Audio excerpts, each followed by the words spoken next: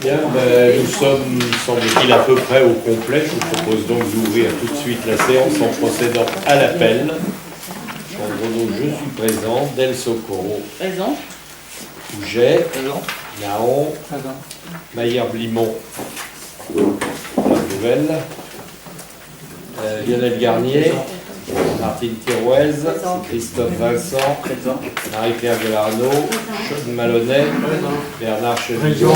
Jean-Claude Le Gall. Présent. Philippe Dinet. Présent. Pierre Lacombe. Présent. Laurent Robequet. Présent. Véronique Flamand. Brigitte Duiroux. Présent. Jackie Adjamou, absent de pouvoir. Sophie Del Socorro. Pauline Kessler. Présent. Anne de Rivet, absent de pouvoir. Marie-Claire Gallardo. Magali Richard. Guylaine Braque de la Perrière. Joël Anse Conrad. Présent. Vincent Bedu. Présent. Éric Baud. Présent. Karen Nabette. Présente. Et Sénat Mousseau. Présente. Le quorum est donc tout à fait atteint et nous pouvons... Magali a donné le pouvoir avant le président. Oui. Ah, tu as le pouvoir? Il a dit qu'elle l'avait envoyé à la mairie. Bon. Donc Magali sera absente, pouvoir Christophe Vincent.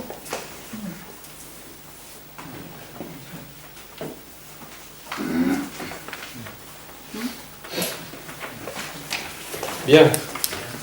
Compte tenu du succès du premier épisode, cette séance-là sera filmée également, comme la précédente. Et nous allons confier le secrétariat de séance à Claudine. Tu diras merci à Jackie, c'était à elle. Bien, nous allons suivre l'ordre du jour que vous avez reçu avec, pour premier point, bonsoir Valérie. Avec pour premier point la signature de la convention concernant la brigade équestre. Cette brigade équestre, donc, que vous connaissez, nous en parlons tous les ans, poursuit ses services et je vais demander à notre ami Laurent, qui en suit le fonctionnement, d'évoquer son bilan 2016, qui a été joint à vos documents. Il était joint, mais tout le monde l'a vu. Peut-être. Y a-t-il quelques Il est questions? moins imprimé, donc Joël a eu certainement des difficultés. Très bien, c'est parfait. Maintenant, j'ai pu surligner quelques points. Et recueillir vos commentaires avant de vous proposer de signer la convention, laquelle convention nous coûtera le même prix que l'année dernière, c'est-à-dire 3400 quelque chose. La même chose que depuis 2013. Depuis 2013, 3447 €. Ce malgré le retrait de certaines communes de l'Essonne, un retrait partiel momentané du Conseil général de l'Essonne et notre commune en 2016. Je pense En 2016, c'est Ozoir-la-Ferrière. Non, pardon. parce que l'année dernière c'était l'Ukraine. Oui, non, c'est 2015-2016, Sucy, Roissy-en-Brie, Lésigny et Ozoir-la-Ferrière qui se sont retirés. Et quant à Villecrène, c'est cette année. Voilà, de 2016. Pour le maire, c'est le président de la charte de l'archéologie. Ce qui signifie quand même qu'il va falloir qu'on se pose la question. Pour le moment, on équilibre toujours le budget, mais... Sachant que le retrait de ces communes et de tous ces financiers entraîne une baisse, je n'ai plus le chiffre devant les yeux, mais une baisse importante de l'activité cette année et l'année prochaine. Tout à fait. Pour l'instant, c'est compensé par une participation augmentée de l'ONF, qui a doublé sa participation, et donc ça n'aura qu'un temps. Oui, d'autant que j'ai remarqué qu'en 2016, ils étaient revenus à leur ancienne participation. Ils ne l'ont pas doublé. La brigade équestre, elle nous sert, moi je pense qu'elle sert encore un peu, parce que quand on voit dans le bilan toutes les interventions qu'ils ont eu à faire, alors après, pas forcément sur le territoire de la commune, j'ai voulu balader de temps en temps pour elle, j'ai du mal à les voir, peut-être qu'ils sortent pas le week-end, ils sortent peut-être pas le week-end. Alors, vous avez lu comme moi que le nombre de patrouilles en 2016 est de 2006 et de 206 patrouilles, qu'il y a eu différentes interventions, comme des VTT sous bois. Cette année, en 2016, il y en a eu 0, par contre en 2015, il y en a eu 5, et en 2014, il y en a eu 8. Pour les dépôts d'ordures, ça a une légère augmentation. On est passé en 2016 à 94, alors qu'en 2014 c'était 69 et 8 en 2015. Il y a des dépôts sauvages de végétaux, ce qui est formellement interdit parce que ça détruit la biodiversité qui est en dessous, les alentours, qui a baissé par rapport à 2014, puisqu'en 2014 on était à 69, 2015 8, et 2016 29, mais ceci n'est que des constatés. Il y a forcément des points où ils n'ont pas pu constater et intervenir. Là, nous pouvons aussi constater qu'il y a de l'aide à la personne de plus en plus importante, puisqu'en 2016, il y a eu 16 personnes, et en 2015, 9 personnes, et en 2014, 4 chutes de cavaliers. Donc, on a dit les chevaux doivent pas aimer la fin. En 2014, nous avons eu 16 infractions de cavaliers, en 2015, 11. En 2016, nous en avons 4. Les principales infractions sont les galops dans les allées blanches. C'est celles qui sont réservées aux cavaliers aussi. Nous avons un point qui est récurrent, et j'espère qu'aucun d'entre de cette auguste assemblée ne s'est fait prendre. Ce sont des rencontres sexuelles en large augmentation et constant. L'année dernière, 2015, il y en avait eu 13, et cette année, il y en a déjà 12. Enfin, 2016, Mais maintenant, il fait froid. Donc, il fait un peu froid. Les beaux jours ont été nombreux sur l'automne. J'ai demandé à l'ONF de me fournir les photos en cas de problème. Voilà. Bien, y a-t-il des questions additionnelles? Moi, j'ai deux remarques. Sur le titre, en fait, je pense qu'il doit y avoir une petite erreur de millésime. Approbation et autorisation de signature de la Convention pour l'année 2016. C'est certainement pour 2017. Dans le titre. Dans le titre. Oui, dans le titre, dans l'ordre du jour, oui. C'est une erreur. Sur la Convention, c'est bien 2017.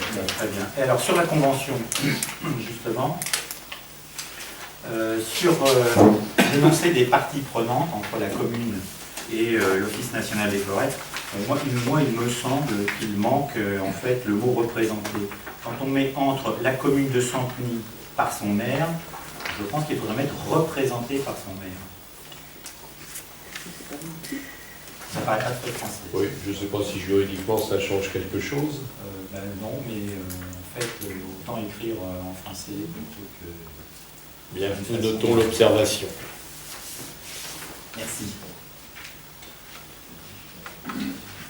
D'autres remarques? S'il vous plaît, dans le document, il a indiqué 206 tournées, donc 220 avant et 206 en 2016, et dans le tableau qu'on vient de lire, c'est marqué 277. Quel est le... On confondre avec les interventions et les constatations. Non, là, c'est le nombre de tournées, 277. Moi, le mois par mois, je m'interrogeais, je me dis, tiens, c'est... Ils ont divisé en deux, ils ont mis les constatations et les interventions. C'est les termes.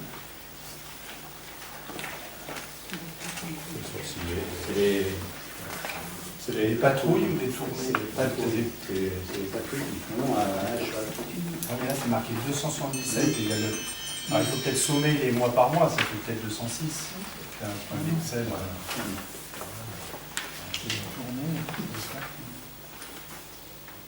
Et après, dans le tableau des dépenses, on regarde toujours les dépenses, il y a marqué entreprise de surveillance. Je pensais que c'est les personnes de l'ONF. Donc en fait, c'est des sous-traitants, c'est ça? En fait, depuis le départ, il avait été dit que la polybitesse c'était une sous-traitance. Ils l'ont toujours dit, ils l'ont toujours affirmé le faire. C'est, si je ne me trompe pas, je ne sais plus comment ça commence par Asilé ou L'entreprise qui s'en occupe. C'est une entreprise. ouais, et les chevaux sont entretenus et mais Sur la propriété de l'ONF. sont à la société et j'ai oublié le nom, et sont comment au bateau. Au bas d'eau, là. Mais les chevaux n'appartiennent pas à l'ONF. Non, non, ils appartiennent à la Donc société. c'est complètement sous-traité. Oui. Et ça, dès la charte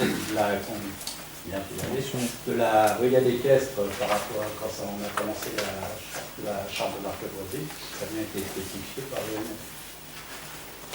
Donc depuis 2013. D'autres questions, interventions? Oui, Hélène. Je reviens sur les sensibilités diverses là, dans le tableau de l'année 2016. Je vois barrières ouvertes, 109. Mais c'est souvent l'ONF qui ouvre les barrières. Alors, Oui, mais c'est aussi les gens qui ont des autorisations de faire du bûcheronnage et qui ne les ferment pas non plus. Des gens qui font des interventions ponctuelles en forêt et qui ne pensent pas les fermer non plus.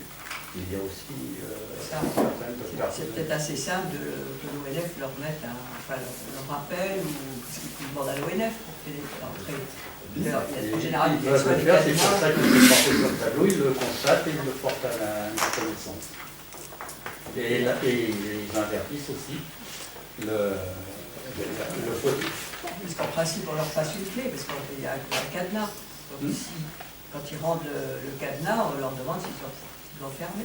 Oui, mais si tu n'es pas sur le terrain, parce qu'ils ne sont pas toujours sur le terrain, les gens de l'ONF, on leur dit oui, c'est fermé, point.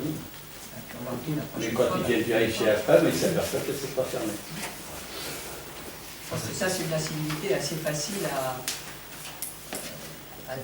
arranger, parce que les autres... C'est vrai que constater ça, c'est facile. Par contre, courir après ça demande plus de temps, c'est courir, galoper après les scooters, les quads. Ça, eux, ils entrent sans avoir la clé des barrières. Ils ne vont pas aller là-dedans. Oui, c'est pour dire que c'est interdit. ça, à la rigueur, moi, ça ne me dérange pas trop qu'ils ne le constatent pas tout de suite. Ouais. Mais les quads, les VTT et les autres incivilités qui me paraissent beaucoup plus importantes, réclament un peu plus d'attention. Parce que, je vais en prendre une au hasard, les chiens qui ne sont pas tenus en laisse dans les vallées, même dans les principales, pour moi, c'est plus important, ça peut faire choquer un enfant ou un adulte, une personne d'un certain âge. Donc effectivement, ils font un peu plus...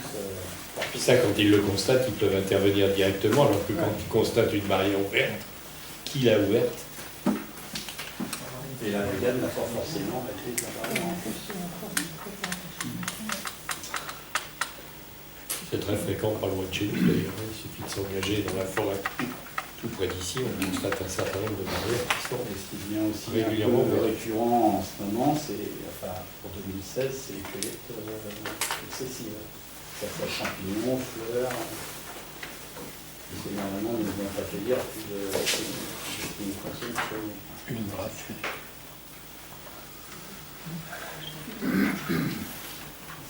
Autre chose? Non? Alors, je vais vous demander l'autorisation de signer la convention. Qui s'y oppose? Personne. Qui s'abstient? Personne non plus. Donc, la convention sera signée sur une approbation unanime. Alors, le point suivant consiste à vous demander d'approuver le rapport d'évaluation des charges transférées à la métropole du Grand Paris pour l'année 2017.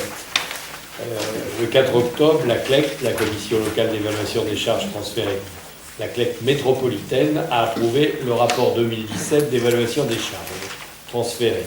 Ceci étant, ce rapport, vous l'avez reçu, et comme vous l'avez constaté, il n'y a pas eu de charges transférées en 2017, et par conséquent, pas de définition d'évaluation de compensation des transferts. En conséquence, le rapport qu'on vous demande d'approuver est un rapport qui précise que En l'absence de transfert, il n'y aura pas de coût de charge transféré affecté à nos dotations, mais que l'année prochaine, avec la définition de compétences métropolitaines et les transferts qui en découleront, ceci a beaucoup plus de chances de se produire. Avez-vous des questions? Oui. Oui. Oui, en fait, j'ai une question de forme et sur le fond. Bon, sur la forme, en fait, bon, c'est un rapport, mais en réalité, on s'aperçoit que c'est un PowerPoint et de 4 pages. Si on enlève la première page de garde, on est à 3 pages. Et comme tout PowerPoint, en fait, il ne vaut que par la qualité de l'intervenant qui commente le PowerPoint. Et à ce propos, pourrions-nous avoir un commentaire des 3 pages de ce rapport, en fait, de manière à qu'on puisse un petit peu comprendre de quoi il s'agit, parce que c'est vrai que c'est une matière que l'on aborde assez peu, et les flux financiers entre la métropole du Grand Paris, les EPT et les communes, c'est quelque chose qui ressemble en fait à une lessiveuse, et si on voit bien où part les dotations, après on a un peu de mal à comprendre quels sont les effets de ce flux financier, et notamment est-ce que pour notre commune il n'y a pas là une perte de substance entre toutes ces attributions de compensation qui se font un petit peu dans tous les sens. Alors donc l'éclairage d'un expert sera le bienvenu pour nous, et je terminerai ma série de questions sur qui est présent en fait à la CLEC métropole. Je sais que vous, monsieur le maire, vous êtes présent à la CLEC plutôt du territoire. Est-ce qu'il y a sans jeu de mots, des transferts de compétences qui font que vous êtes sur les deux structures? Voilà quelques questions que nous avons aujourd'hui à vous poser. Alors, on va tâcher d'y répondre de façon simple. Valérie, tu me corrigeras ou tu compléteras, s'il te plaît. Oui, mais justement, Joël a devancé mon intervention parce que je souhaitais justement un éclairage sur le sujet. Tu peux déjà répondre à la question. Alors, moi, je réponds. Sur la CLECT, je suis moi membre de la CLECT, du territoire et de la métropole. Merci. Alors, effectivement, cette CLECT doit définir quels sont les transferts de charges lorsque l'intérêt métropolitain sera défini. Cet intérêt métropolitain qui concerne les compétences qui sont partagées entre les EPT et la métropole n'a pas été défini. On a jusqu'au 31 décembre 2017 pour le définir. Donc c'est pour ça que ce rapport acte qu'en fait, il n'y a pas eu de transfert de charges parce qu'il n'y a pas eu d'intérêt métropolitain. L'intérêt métropolitain, il concerne essentiellement les opérations d'aménagement, de restructuration urbaine et de réserve foncière. Donc il est bien évident que pour les opérations d'aménagement, on ne sera pas particulièrement touché en ce qui concerne Santeny, puisque ce sont les actes. Et on en a discuté en bureau cet après-midi à la métropole. Ces opérations d'aménagement sont elles aussi soumises, dans le cadre de la définition de cet intérêt métropolitain, pour critérisation. Alors ce sont soit des critères de taille, soit des critères qualitatifs. De toutes les façons, ce qui est très important, c'est que dans la définition de l'intérêt métropolitain, les maires seront bien évidemment sollicités, puisque dans la loi, même si la compétence aménagement remonte au territoire, il n'y a de relation légale entre les communes et la métropole. Donc ce sont les communes qui vont faire le pivot, et c'est ce qui est particulièrement intéressant, et c'est pour ça que monsieur le maire fait partie de la CLEC territoriale, et qu'en ce qui me concerne, je fais partie de la CLEC métropolitaine. Voilà. Donc là, on a une articulation qui nous permet de comprendre quelles sont les opérations qui peuvent être soumises à intérêt métropolitain. Pour ce qui concerne Santeny, on ne sera pas concerné directement. C'est le territoire qui peut être amené effectivement à suggérer aux communes.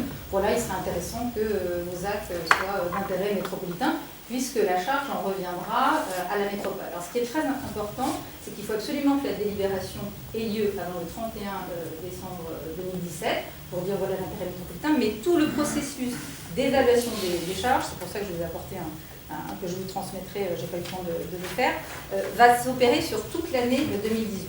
Donc il y a des compétences qui sont soumises à intérêt métropolitain et d'autres qui ne sont pas soumises à intérêt métropolitain, mais qui vont aussi faire l'objet de transferts de charges. Bien évidemment, une AMO accompagne la métropole du Grand Paris sur le sujet. Cette AMO a préparé un calendrier et nous devons absolument délibérer avant le 30 septembre 2018, parce que si nous n'avons pas délibéré sur ces transferts de charges avant le 30 septembre 2018, c'est non seulement l'État qui décide, mais c'est la métropole qui récupère. Donc il y a effectivement des enjeux financiers qui sont particulièrement importants. Voilà pourquoi sur toute l'année 2018, il y a un calendrier glissant qui va mettre en place des commissions qui vont échanger, puis un rapport, là, qui sera un rapport beaucoup plus substantiel que tu pourras lire à loisir, bien évidemment, et que je serai là pour décrypter avec vous, va vous être proposé à peu près au mois d'avril. On imagine au mois d'avril, et ensuite on a 3 mois au sein du conseil municipal et des conseils municipaux d'ailleurs de la métropole pour l'approuver. Voilà, donc c'est ce jeu finalement non seulement d'acteurs mais aussi de flux de compétences et de flux financiers qui va être organisé. Par contre, ce qu'il faut savoir, c'est que la neutralité budgétaire qui est inscrite dans la loi sera bien évidemment respectée pour les communes. Voilà, est-ce que j'ai répondu Oui, très bien, merci Valérie. À ceci près, la neutralité en fait est respectée, nonobstant le fait que s'il y a de vrais transferts en fait, donc de charges, il y a une diminution en fait de cette attribution. Il y a une diminution de l'attribution correspondant au montant moyen évalué pour les charges transférées, montant moyen évalué qui est défini au niveau de la CLECT. Et une fois qu'on s'est entendu sur un montant au niveau de la CLECT, il est définitif que dans les années à venir, la charge transférée augmente ou diminue. Mais pour la métropole, pour le territoire voilà. Ou pour la métropole, c'est pareil. De toute façon, le principe de la neutralité, c'est ça. Mais la CLECT, en fait, elle va définir une grille d'analyse pour pouvoir, en fait, définir quel est le coût des charges transférées et qu'est-ce qui ne doit pas redescendre au niveau de la commune.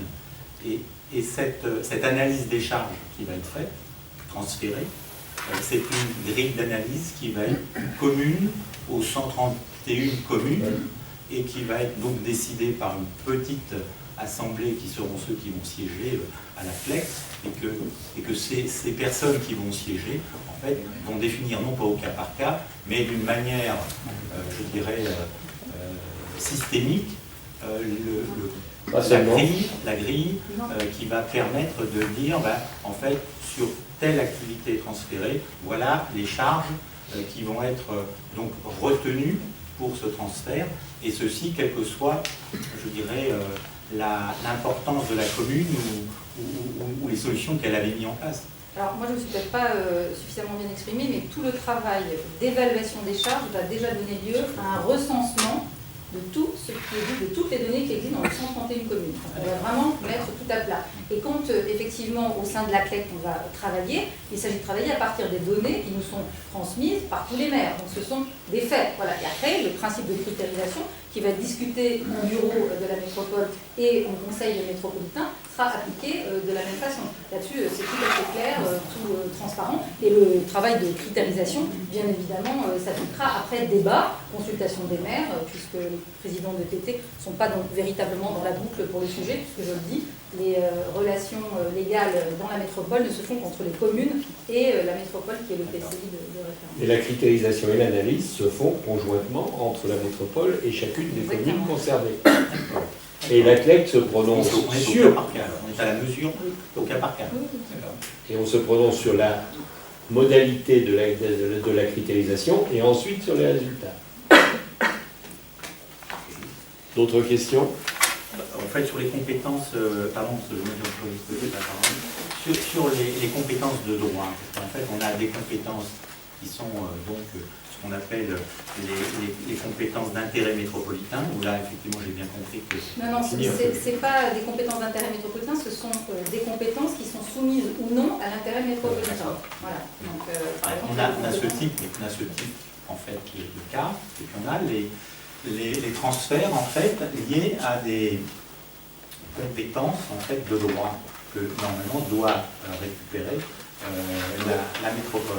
Des compétences qui ne sont pas soumises à l'intérêt métropolitain, mais qui font également l'objet de l'appréciation de la CLECT dans le cadre de transfert de charges.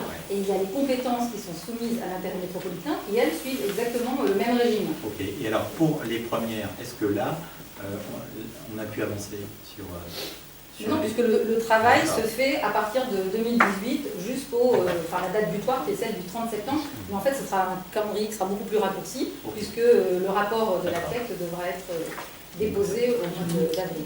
Et au niveau territorial, on va commencer à travailler sur des compétences aménagement en particulier. D'accord, très bien.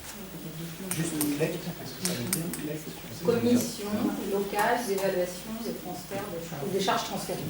Commission locale d'évaluation des charges transférées. Combien de membres dans les CLEC, enfin dans la CLEC métropolitaine et dans la CLEC Dans la CLEC territoriale. Dans la collecte territoriale, il y a un représentant de chaque commune. Exactement. C'est la même chose dans la CLEC métropolitaine. Je ne peux pas te dire que tout le monde vient 130 personnes systématiquement à la réunion, puisqu'en fait, la désignation au sein des communes se fait de façon partagée. Et il y a un titulaire et un suppléant. Voilà. Ça fait des énormes groupes de travail. Oui, en fait, ils sont scindés. Là, par exemple, le groupe de travail qui avait été sollicité le 16 et 17 octobre ont été scindés en deux groupes de réunion, qui sont pas possible de réunir tout le monde en même temps pour un travail efficace. Merci. D'autres questions sur ce sujet? Non. Donc, ma question est simple. Approuvez-vous ce rapport dans toute sa simplicité? Quelqu'un s'y oppose-t-il? Non. Quelqu'un s'abstient-il? Non plus? Si. Bon. Je rappelle juste que c'est une obligation légale que de proposer effectivement l'approbation du rapport de la CLEC, c'est un article du CGI. Je vais vous redemander les abstentions, parce que je n'ai pas compté. Tout le monde, d'accord.